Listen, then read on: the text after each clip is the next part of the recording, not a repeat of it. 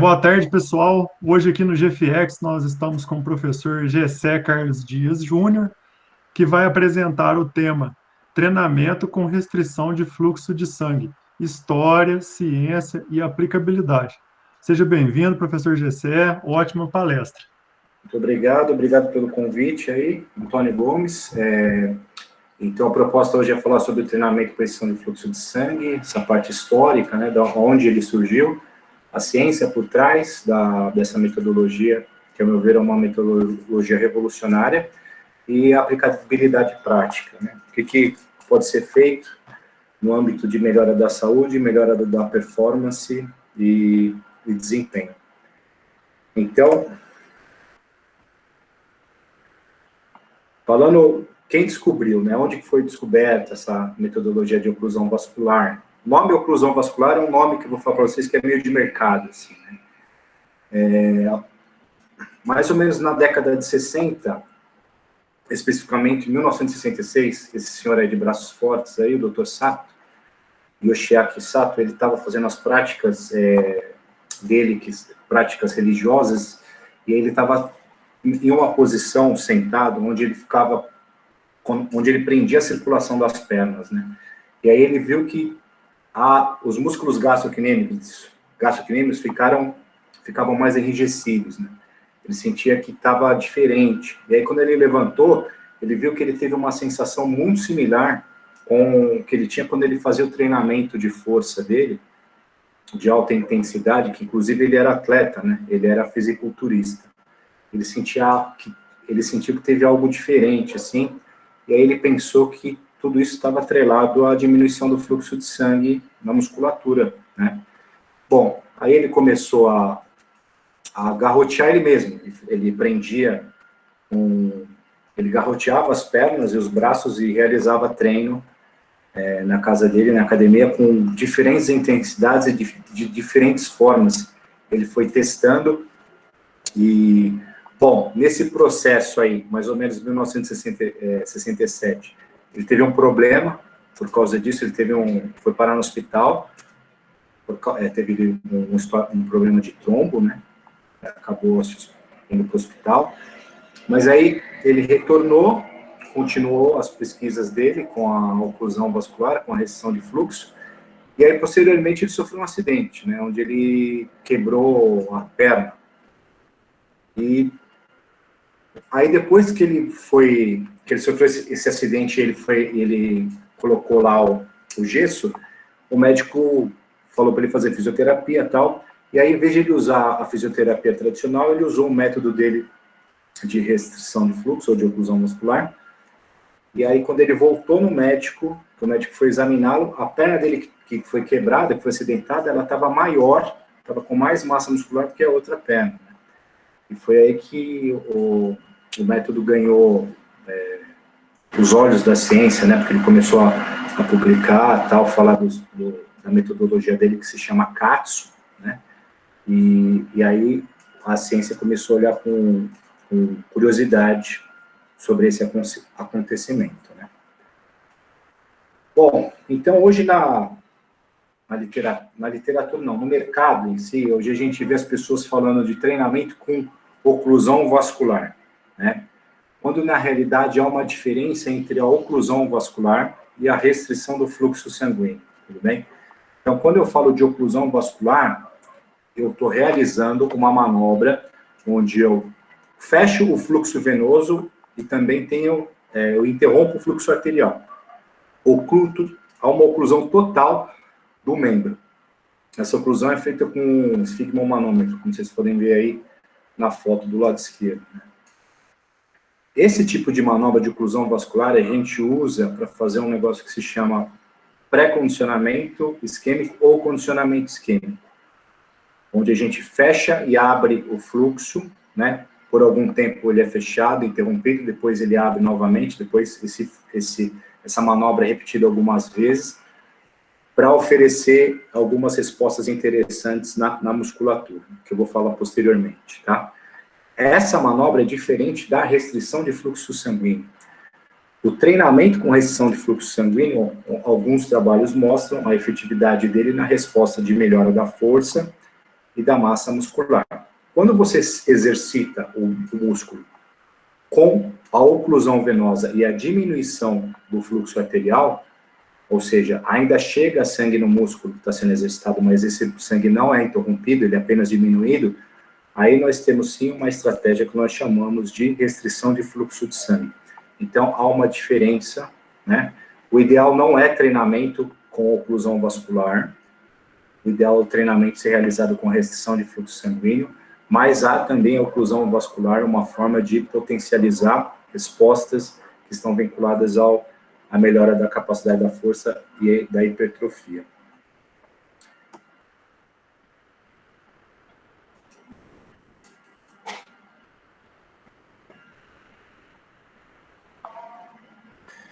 Bom, será que é seguro? Será que é uma estratégia segura, né? Treinar com restrição de fluxo de sangue? Então, alguns trabalhos vêm mostrando que, sim, a restrição de fluxo é uma estratégia de treinamento segura quando realizado de forma correta, né? Alguns trabalhos, aí, mais de 13 mil pessoas foram analisadas em centros de treinamento, clínicas de reabilitação, e assim, os efeitos colaterais que a gente vê mais acontecer, aí, no topo aí, é a tal da hemorragia subcutânea. Então, a forma de você posicionar o elástico ou o manguito pode causar alguma hemorragia debaixo da pele, e até mesmo na periferia, assim, no membro todo, tá? Então, isso é normal acontecer mesmo. E aí, na sequência, dormência local, anemia cerebral, sensação de frio, trombo, dor, coceira, são outros efeitos colaterais, mas como vocês podem ver, é uma porcentagem muito baixa que ocorre, tá? Então, a gente pode falar que o método é seguro, né? Outros estudos vêm demonstrando que o método é seguro também com hipertensos, né? Com hipertensos controlados, no caso, que usam medicamento para realizar o controle da doença, da patologia, né? Mas ainda precisa de mais estudos com os públicos especiais, né? Porque a maioria dos estudos foi feita com pessoas que eram saudáveis. Então, a contraindicação do método seria pessoas com problema cardíaco e pessoas que têm problema histórico na família e problema de tromboembolia. Bom, em relação ao treinamento de força, quais são as recomendações do American College, onde a gente se baseia para prescrever a intensidade do treinamento para justamente oferecer as respostas musculares adaptativas que a força e a hipertrofia muscular. Então, o American College fala de uma intensidade de algo em torno de 65% a 85% de um RM, tá? E quando o treino é realizado com uma intensidade mais baixa, né, nessa faixa aí de 20% a 50% do RM, quando esse tipo de intensidade é realizado até a fadiga, aparentemente parece que os efeitos em termos de hipertrofia e da força são similares a treinar com muita carga, tá? Quando você realiza a restrição de fluxo de sangue, a necessidade da carga diminui, ou seja, trabalhar com 20%, 30%, até 40% do RM parece que é mais favorável para oferecer essas mesmas respostas de aumento de força e de massa muscular que o método tradicional sem a restrição oferece. E um dos pontos positivos, e o que os trabalhos vêm mostrando, é que quando você associa a restrição de fluxo com a carga baixa, você tem um processo de antecipação da fadiga e alguns possíveis mecanismos, né, que estão relacionados com o aumento da força e massa muscular ocorrem de forma mais exacerbada quando comparado ao treino com carga baixa, sem a restrição de fluxo. Então, a gente tem aqui os possíveis mecanismos, né? Vou falar de alguns mecanismos que a literatura e os cientistas tentam trazer através da ciência que comprovam a eficácia do método, né? Um deles é o controle da miostatina. A miostatina é uma proteína que controla o crescimento muscular, né? Então, quando você tem muita miostatina, essa miostatina, ela inibe algumas vias de fosforização aí, que, por exemplo, a mTOR, a P70-6K, que estão relacionadas com o processo hipertrófico. Então, aparentemente, com o treinamento de alta intensidade, a gente sabe que essa resposta de miostatina ela é atenuada, ela é diminuída, possibilitando assim uma melhor resposta do processo hipertrófico. Então, esse trabalho aqui que eu trouxe para vocês, do Gilberto Laurentino, que é o meu orientador de mestrado, ele pesquisou para ver o efeito do gene da expressão da miostatina com o treinamento de restrição de fluxo de sangue. Então, ele comparou dois grupos, né, o treinamento de alta intensidade com o treinamento de restrição de fluxo, e ele viu que tanto para a restrição de fluxo como o grupo de alta intensidade tiveram efeitos similares na hipertrofia, né, na área de secção transversa, vocês podem ver no gráfico à direita, e no da esquerda, no aumento da força. Então, ele usou uma pressão de oclusão de 80% da pressão de oclusão e uma carga baixa de 20% de 1 RM, e comparou isso com o treino de alta intensidade, que é o treino para membros inferiores, no caso da intensidade de 70% de 1 RM. E com relação à miostatina, ele viu que foi similar, né, ao treino com alta intensidade. Então, o efeito do treinamento com restrição de fluxo, ele tem um efeito de diminuir a resposta dessa proteína que controla o crescimento muscular. Outro acontecimento aí, um estudo publicado em 2000, com um pesquisador que chama Takarada, comparou as respostas hormonais do método de restrição de fluxo, principalmente falando de hormônio de crescimento, né? Então, o hormônio de crescimento é um hormônio aí que está relacionado com o emagrecimento, a questão da lipólise, com o processo também de hipertrofia e da recuperação muscular. Alguns trabalhos vêm demonstrando que respostas hormonais não tem tanta ligação assim com a questão da hipertrofia, mas nesse trabalho aqui ele viu que o hormônio de crescimento associado ao método de restrição de fluxo teve uma resposta interessante aí, né? Então ele viu que ele pegou dois grupos de treinamento, os dois grupos treinaram com carga baixa, né? Só que um grupo treinou com carga baixa associada à restrição de fluxo. E aí ele viu respostas de hormônio de crescimento muito maiores aí, comparando um grupo com o outro. Ele demonstrou que nesse estudo, valores em média de 1,7% acima de valores encontrados em outros estudos de treinamento com intensidade alta, né? Esse foi um estudo comparando com o estudo do Kramer, de 1990. Então, o pessoal que fez a restrição de fluxo, aparentemente teve uma resposta desse hormônio maior do que quem treina com uma intensidade mais alta até, né? Mecanismos que estão relacionados com outros mecanismos, né? Que é a questão do recrutamento muscular, o aumento da atividade das placas motoras, né? Da atividade muscular, aparentemente, quando você tem treinos onde você tem carga baixa, né? Nas duas situações, um grupo treina com carga baixa e outro também, você associa essa carga baixa à restrição de fluxo, você tem uma maior atividade eletromiográfica, né? Mais placas motoras aparentemente trabalham, isso pode estar relacionado diretamente com o processo de aumento de força e da hipertrofia muscular. Um outro efeito, que aqui é outro mecanismo, que é o estresse metabólico, né? Ele comparou aqui, nesse estudo do Suga, dois grupos, na realidade foram 4 grupos, né?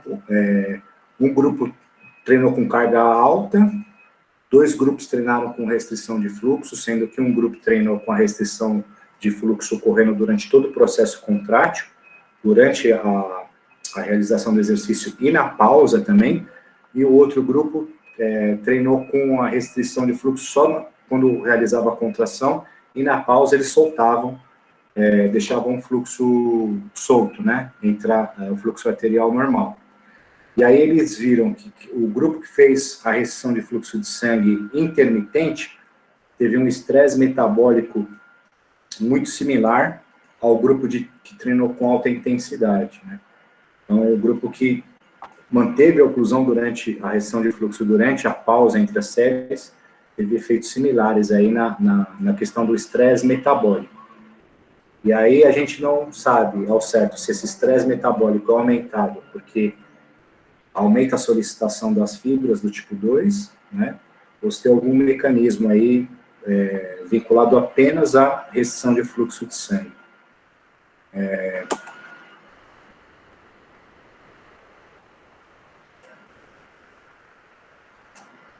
O outro mecanismo que está relacionado também com essas adaptações do treinamento é a sinalização intracelular de algumas vias de cascata de sinalização, da P70, algumas vias de downstream, que a gente chama, né?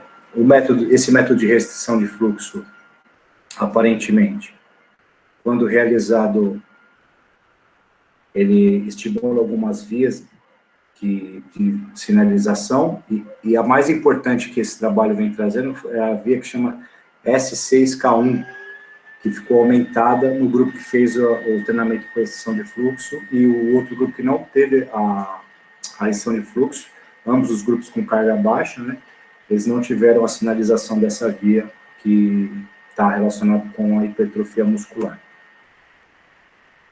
Um outro mecanismo também que está associado aí com a resposta hipertrófica é o mecanismo de self-swelling, né, que é o inchaço muscular. Então, há uma teoria que esse inchaço muscular ative células satélites, e essas células satélites teriam ligação direta com o processo de hipertrofia. O aumento dessa pressão do citoesqueleto promove o esforço da sua estrutura. As fibras de contração rápida são mais sensíveis, né, às mudanças osmóticas e tal. E aí tem também um fator aí desse aumento da osmolaridade da célula, que está relacionado com respostas proteolíticas, né, tendo um efeito aí de efeito anticatabólico, e também esse efeito de self-swelling está relacionado com o aumento da concentração de glicogênio, e, teoricamente, uma célula mais hidratada teria um efeito mais hipertrófico aí, principalmente das fibras tipo 2, né? Bom, agora eu vou começar a falar aqui do condicionamento isquêmico, né, o pré-condicionamento isquêmico. Então, quando a gente faz lá a manobra antes do treinamento, né, que é fechar o fluxo arterial e venoso, né, interromper ele com uma pressão X, e depois soltar durante um tempo e repetir isso algumas vezes, alguns trabalhos vêm mostrando que há um efeito aí ergogênico, né, que há uma melhora na performance. Então, aí teve dois grupos, um realizou o pré-condicionamento isquêmico, né, com ciclo de 5 minutos fechava, 5 minutos abria, com essa pressão de 220 milímetros de mercúrio. O outro grupo fez a mesma coisa, só que com uma pressão que não causava restrição de fluxo, oclusão nenhuma, né? E aí, comparando um grupo com o outro, eles viram que o grupo que fez a estratégia do pré-condicionamento isquêmico, nas 3 primeiras séries, teve maior desempenho em relação ao outro grupo, no resultado aí de potência de pico, e teve um outro marcador que eles fizeram também relacionado à potência, tá? Então, os efeitos que estariam por trás aí do pré-condicionamento isquêmico seria essa hiperemia reativa, né? Você fecha e depois, quando volta, vem aquela enxurrada de sangue. A vasodilatação, que está mediada aí por óxido nítrico, né? A atenuação da depressão do substrato energético, principalmente o ATP, CP e a creatina fosfato, menor acúmulo de metabólitos. Outra forma de aplicação do método de restrição de fluxo está relacionado diretamente com o processo de atrofia muscular, né? Então, esse é um dos trabalhos que foi citado na revisão de um pesquisador que chama Patterson. Ele usou esse trabalho para falar sobre a aplicabilidade da restrição de fluxo sendo realizada dessa forma de condicionamento isquêmico para indivíduos que estão acamados, com atrofia, que não podem realizar movimento, tá? Então, ele comparou indivíduos que realizavam essa manobra de isquemia parados, né, sem movimento, com o grupo que não fez. E o grupo que fez essa intervenção teve menor perda muscular, ou seja, diminuiu o processo catabólico, né? As pessoas que fizeram essa estratégia perderam menos massa muscular do que as pessoas que não fizeram. Outra aplicabilidade que eu estou vendo muito na prática agora, com o treinamento de restrição de fluxo de sangue, é o efeito analgésico que essa proposta de treinamento tem na parte articular, né? Então, esse estudo aqui do pesquisador Hughes, ele viu alguns marcadores, né?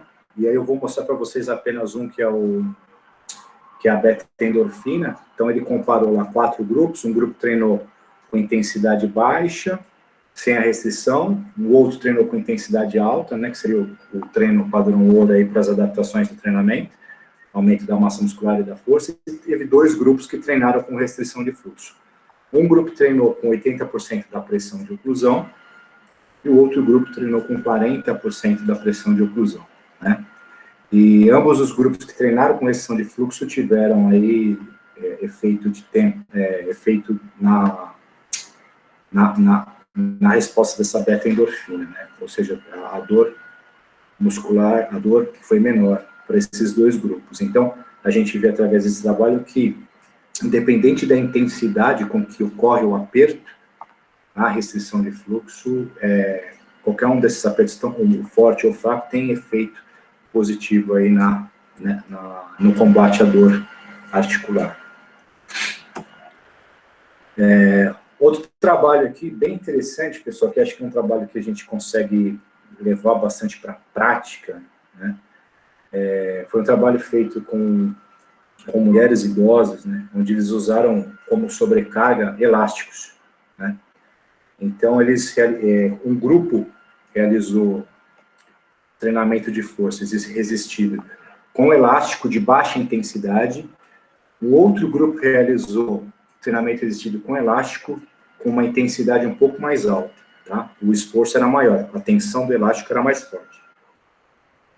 Então, o grupo que fez treinamento com restrição de fluxo com elástico com uma tensão mais baixa, teve melhora na área de secção transversa, ou seja, teve resultado na hipertrofia, e também teve melhora na contração voluntária máxima. Em contrapartida, o grupo que treinou com um elástico com a tensão mais alta não teve esse benefício, né? Não teve efeito de aumento da força nem da massa muscular. Bom, agora falando a respeito da parte de treinamento aeróbio associado à restrição de fluxo de sangue.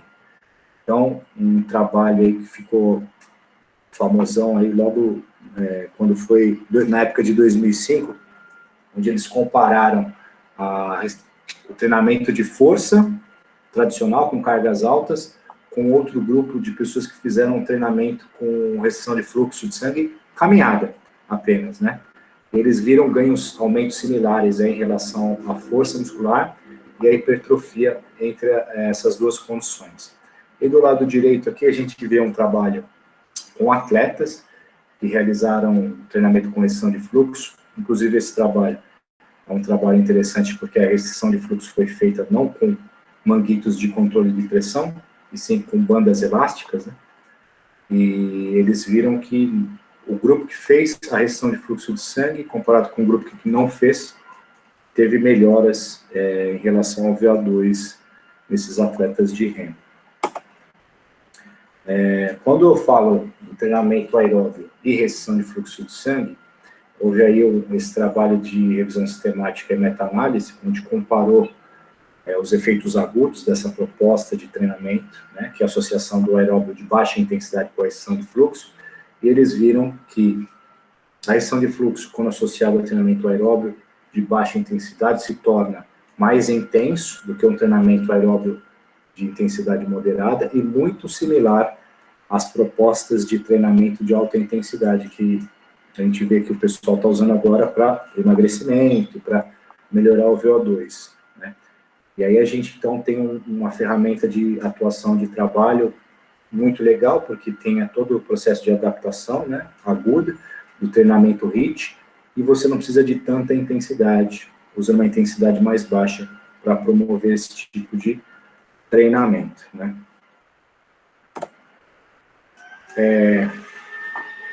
Então, eu vou começar a falar da restrição de fluxo prática, 2009, mais ou menos, um dos pesquisadores, o Jeremy Lenick, que é um dos caras que mais publica e pesquisa sobre a metodologia de restrição de fluxo, ele, então, colocou nesse trabalho, juntamente com o outro pesquisador, o Thomas Pujol, a possibilidade de substituir a forma de realizar a restrição, que era feita pelo CATSO, que é um aparelhinho CATSO, que faz que é um aparelhinho que aumenta de pneumático, né? Faz a pressão pelo ar. E a substituição do CATSO pela utilização de elástico. Então, ele falou que poderia estar utilizando o elástico, ele jogou essa ideia no ar, através desse trabalho, falando que o elástico poderia ser efetivo para conseguir produzir a restrição de fluxo similar à metodologia CATSO de treinamento, né? Então, aqui hoje, tanto no mercado como em ambiente de pesquisa, a gente tem os manguitos de controle de pressão, aí do lado esquerdo, né, que conseguem mensurar a pressão que está sendo exercida no membro. Isso acaba sendo melhor para controlar, né, o treinamento, algumas variáveis importantes para o ambiente de pesquisa, né. E do lado direito a gente tem o elástico prático, né, onde você não consegue ter esse controle de pressão, você não sabe o controle de pressão está sendo realizado, mas que também é uma ferramenta que consegue realizar a restrição de fluxo no membro. Então, esses elásticos, esses manguitos, geralmente são posicionados aí nas regiões proximais dos membros, né? Aqui no caso do membro superior, logo abaixo do ombro, entre o deltoide e os músculos flexores do cotovelo, e na parte das pernas, aí na região bem proximal aí da coxa, né?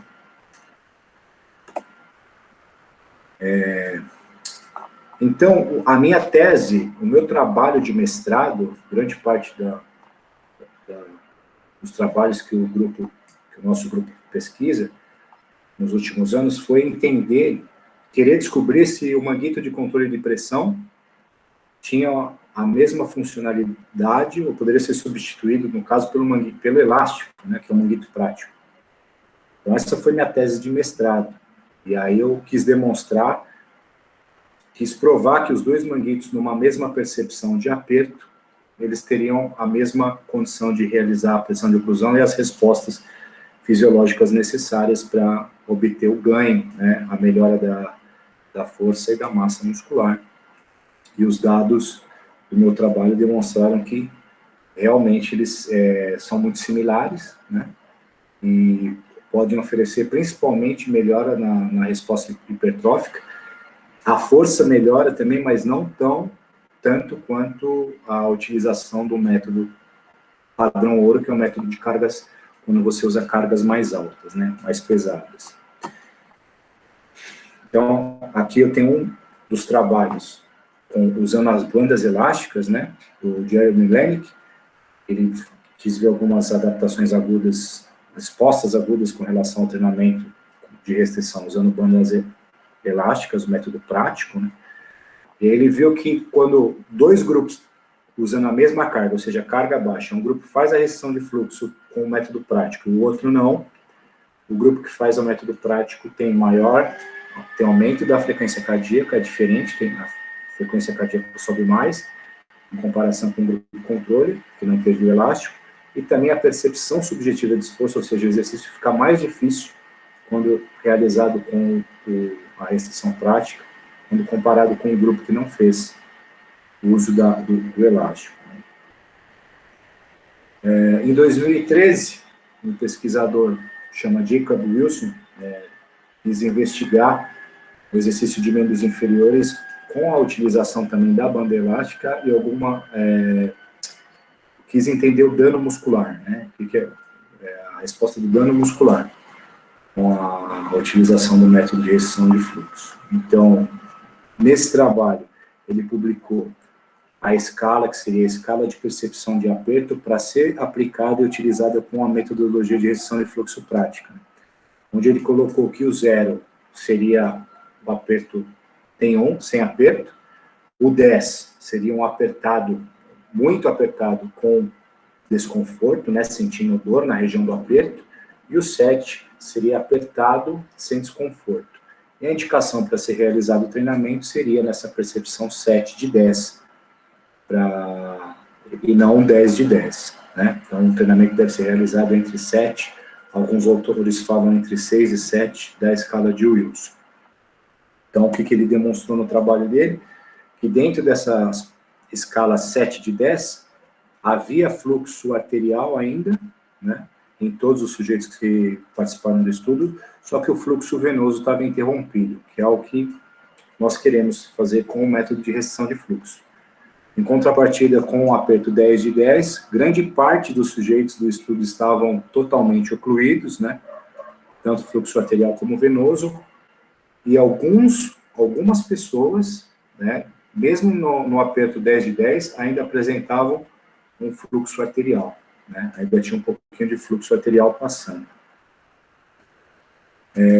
E aí, alguns anos depois, né, 2018, outro pesquisador, que é o Zachary Bell, ele quis fazer o trabalho, né, ver se realmente tinha razão essa escala de aperto do pesquisador Wilson, né, só que ele usou uma quantidade de participantes bem superior, né, ele teve um N aí de 120 participantes, e ele analisou diferentes exercícios, né, ele, além de analisar a parte de membro inferior da perna, ele também analisou a parte de membros superiores, né.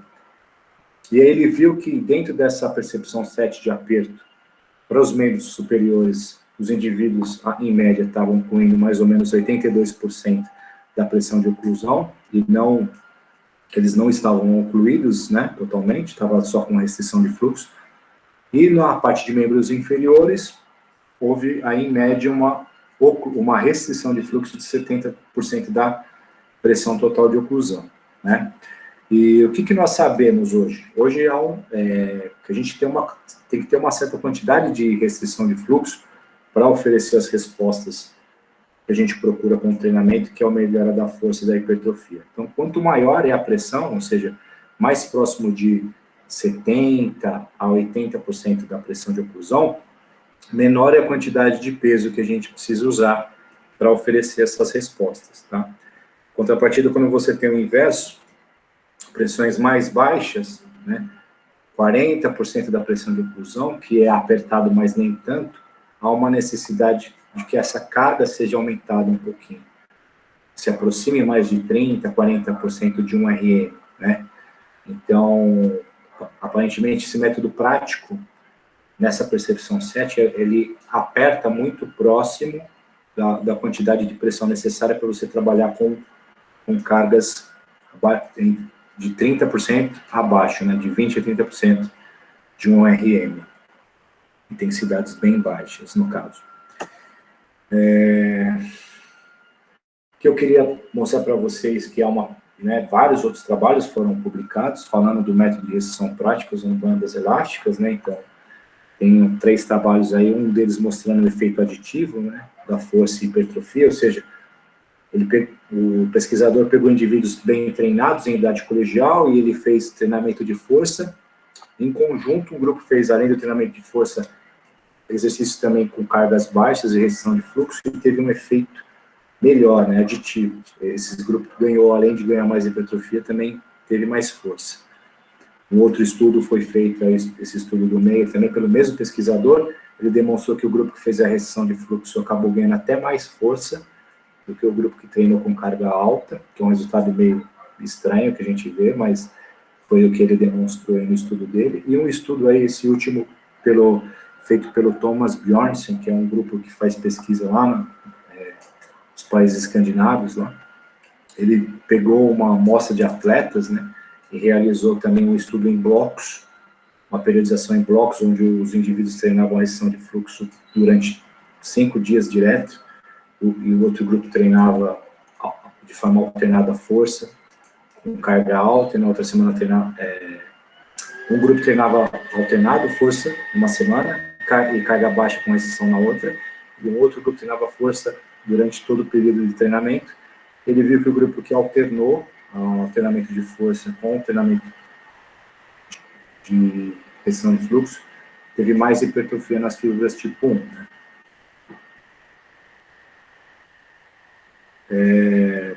pessoal aí que é da área do fitness, teve uma publicação recentemente de um pesquisador, Nicholas Honig, falando sobre a estratégia da utilização da restrição de fluxo de sangue associada ao treinamento da periodização desses atletas de bodybuilding, né? Então, ou seja, associar, você já tem o treino do bodybuilding com as cargas específicas e associar exercícios com restrição de fluxo de sangue com carga baixa. Os autores defendem a ideia de que há um efeito, né, aditivo, um efeito aí de melhora da condição, e ele, inclusive, mostra um modelo de periodização aqui de 8 semanas, associando o método deles, de treinamento dos bodybuilding, com mais o método de restrição de fluxo. Então, aqui nas primeiras 2 semanas, estaria colocando exercícios monoarticulares apenas, com restrição de fluxo, todos eles com essa carga aí mais baixa, de 20% a 50% do RM. E aí, nas outras semanas 3 a 5, colocaria também a mesma intensidade de carga e número de repetições, só que somando mais um exercício, colocar um exercício monoarticular e um multiarticular, e aí, ocorrendo essa progressão de exercícios mono e multiarticular para as próximas 2 semanas, entraria aí o processo de treino até a fadiga, né? Algumas séries até a fadiga no treinamento de restrição de fluxo, e na última semana, aí, que seria a semana de load, né, de diminuição da carga, tiraria todos os exercícios de força com carga alta e deixaria só os exercícios com restrição de fluxo, alguns realizando fadiga e outros não. Apenas um modelo hipotético aí que os pesquisadores acreditam que pode ser algo vantajoso para o esporte do bodybuilding, né? Bom, eu já estou indo aqui para o final da minha apresentação e eu queria falar para vocês sobre a minha empresa, né, que é a MyoState. Então, quando eu entrei no processo de mestrado em 2017, eu já tinha ideia de criar uma empresa que pudesse trazer conhecimento, aquilo que é produzido em laboratório, e levar para ser utilizado no público em geral, né, que a gente chama de validade ecológica. E eu tive contato com o método de restrição de fluxo em um curso em 2015, e só em 2017 que eu comecei a estudar de forma efetiva mesmo, com o Gilberto, e aí eu resolvi criar essa empresa que tem como carro-chefe os produtos de restrição de fluxo prática, né? Então, outras empresas aí estão trazendo para o mercado os manguitos de controle de pressão, que tem um preço um pouquinho mais alto, e eu bato na tecla de trazer coisas para as pessoas conseguirem consumir com um preço mais acessível. Então, a minha empresa, ela traz manguitos sem controle de pressão, manguitos práticos, que comparado com o preço do Katsu, é nem 1,20 avos do preço, né? Um manguito Katsu aí, vocês vão gastar mais de R$5.000 para adquirir um, e um elástico da MyoState é um preço muito mais acessível aí, algo em torno de R$100, R$200, né? E além disso, eu criei também uma roupa que já vem com o elástico acoplado, fica muito mais fácil de realizar o método, né? Então, eu gostaria que depois, se vocês pudessem, seguir lá no Instagram a minha empresa, dar uma olhada nas nossas propostas de produtos lá. Gostaria de convidá-los para dar uma olhada lá na minha página, né? E gostaria de agradecer e pedir desculpa, né, antes de finalizar a apresentação aí, pelo fato desses contratempos aqui com o computador e a apresentação. Esse aqui é o grupo ao qual eu faço parte, aí a minha segunda família, né, liderada pelo Gilberto Laurentino, que é uma sumidade aí, papa, com relação à pesquisa e treinamento de força, em específico treinamento com restrição de fluxo de sangue. Aí esse é o time composto aí não apenas por mestres, como pessoas que estão fazendo iniciação científica também, uma doutora também foi formada pelo Gilberto há pouco tempo. No nosso time aí nós temos também pessoal da fisioterapia, farmácia, e a gente tenta produzir conhecimento científico em relação a essa metodologia fantástica aí que eu trouxe na apresentação para vocês. Espero ter sido claro aí nos meus apontamentos hoje. E é isso aí, muito obrigado.